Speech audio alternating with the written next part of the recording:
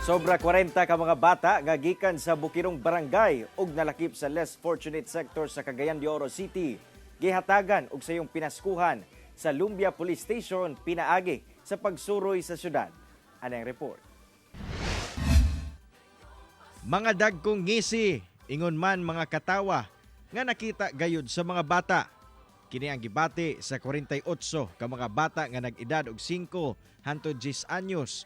Human nga mahimong benepisyaryo sa programang Suroy Bata sa Lumbia Police Station sa Cagayan de Oro City. Among mga bata gikan pa sa mga hilit ug bukirong bahin na mga barangay sa Cagayan de Oro.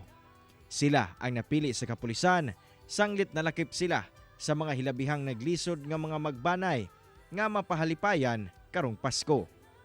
Gidala ang mga bata kinsa sa unang higayon nakatamak sa usa ka dakong mall sa syudad. Gidala sab sila ngadto sa usa ka iladong fast food chain ug human makakaon, gidala sila ngadto sa usa ka playground diin nakadula-dula. Police Station at Lumbia kaya ang amo mangong area of jurisdiction mostly hinterlands. So amo yung gina priority nag-initiative atong personnel nga muadto gyud sa pinakasuok nga baryo no ug i-invite namo ang ilang mga anak. Dako ang kalipay sa Lumbia Police Station nga makitang nagmalipayon ang mga bata nga makasuroy sa syudad.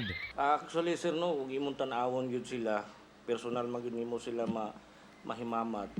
Gani ang uban galing mga bata sir say dili na nila hutdon og pagkaon tong ilang pagkaon kay ilang dadon kuno para sa ilang mama ug papa no luoy kayo so murag mutulong gyud ang imong luha kay sa ilang kagamay nga pangidaron nagyapon sila panglantaw sa ilang ginikanan. Pasalig karon sa kapulisan nga magpadayon ang ilang mga inisyatibo aron makahatod og tinuoray nga serbisyo ilabi na sa mga bata.